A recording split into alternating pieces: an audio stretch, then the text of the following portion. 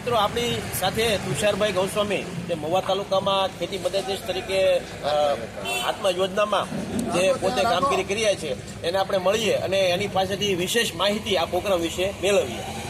તુષારભાઈ, આજે અમને આ જે પ્રોગ્રામ આત્મા દ્વારા થઈ રહ્યો છે પ્રાકૃતિક ખેતી માટેનો સરકારશ્રી દ્વારા, તો એના વિશે થોડીક અમને માહિતી આપો.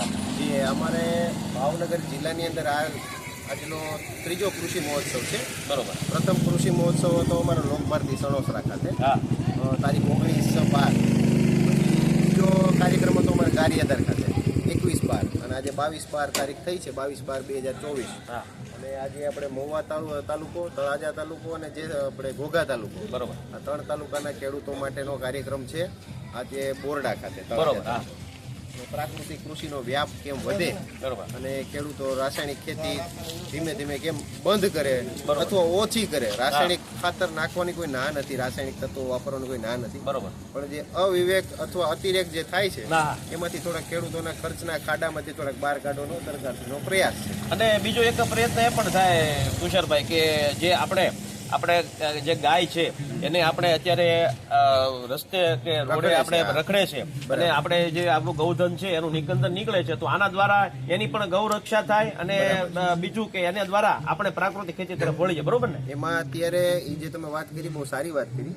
તો દરેક જિલ્લામાં કે દરેક ગામડે અથવા દરેક શહેરની અંદર આ પરિસ્થિતિ છે, પણ એની અંદરથી આપણા ભાવનગર જિલ્લા એક સરસ જિલ્લો ચાહતો છે કે ભાઈ જે રસ્તે રખડતી ગાયો છે એ તો હજી છે જ, બરોબર, પણ અત્યારે જે આપણી ગાયો છે ને એને તરછોડે નહીં. બરોબર. એની માટે અત્યારે આપણો ભાવનગર જિલ્લો એમ કહી શકાય કે લગભગ પહેલા, બીજા અથવા ત્રીજા ક્રમે અત્યારે છે. બરોબર. કે ભાઈ પોતાની જે ગાય છે ને એમાંથી ગોબર અને ગૌમૂત્ર ઉપયોગ કરી જીવામૃત જેવી બનાવટો બનાવી અને ખેડૂતો વાપરતા થાય એની માટે રાજ્યપાલ શ્રીએ સ્પેશિયલ આપણા ભાવનગર જિલ્લાને પસંદ કરેલો છે. અને 1, 2 અને 3જા ક્રમાંકની અંદર આદરણીય રાજ્યપાલ શ્રીએ એમને બિરદાવેલો છે. બરોબર. અને આપણા જિલ્લાના જે સંયોજકો છે એ કહી શકાય કે અત્યારે લગભગ સમગ્ર ગુજરાતની અંદર અત્યારે ખેડૂતોને માહિતી દેવા જાય છે. શરૂઆત તો પોતે પોતાના જિલ્લાથી જ કરેલી છે. એમાં આપણા જે આપણી વચ્ચે છે આપણા દાદુભાઈ પીઠાભાઈ ભમર, બરોબર, એ ગામ છે આપણું એ ગુંદડા. દાદુભાઈ આવજો, દાદુભાઈ આવજો, આવો. અમારા જિલ્લાના સંયોજકો કયો, તાલુકાના સંયોજકો કયો કે હલાણી કયો પ્રાકૃતિક કૃષિના, તો અમારા જે સાવજસમા વ્યક્તિ છે શ્રી દાદુભાઈ પીઠાભાઈ ભમર, ગામ એમનું ગુંદાણા, બરોબર, અને સીધો રાજ્યપાલ સાહેબ સાથે સંપર્ક છે. અને આ ખેતીની અંદર અમે કર્મચારી તરીકે જેટલું કામ કરી છે ને વગર પગારે 10 ગણું કામગીરી કરે છે, કારણ કે પોતે ખેડૂત છે. અભિનંદનને પાત્ર કહેવાય કે પોતે રાસાયણિક ખેતી ત્યજી અને પ્રાકૃતિક ખેતી તરફ પોતે જાતે એને એટલો રસ છે કે આપણે પણ આ પ્રાકૃતિક ખેતી તરફ વળીએ.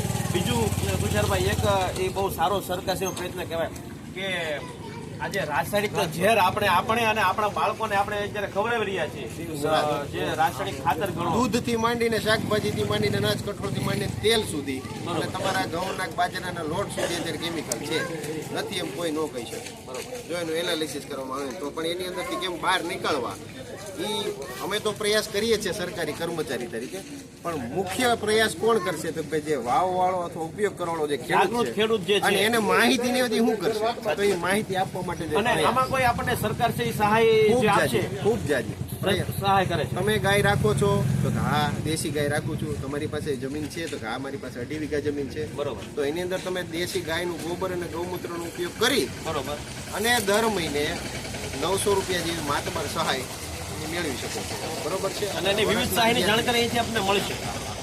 મિત્રો, આપણને અહીંયા તુષારભાઈએ માહિતી બહુ સારી આપી અને ખેડૂતોની સાથે પણ આપણે મુલાકાત કરી. અહીંયા ખેડૂતો મોટી પ્રમાણમાં આવી રહ્યા છે. હજી પણ આપ જોઈ રહ્યા છો કે પોતપોતાના વાહન દ્વારા ખેડૂતો અહીંયા આવી રહ્યા છે અને તુષારભાઈ ખૂબ જ સારી માહિતી આપણને આપે છે.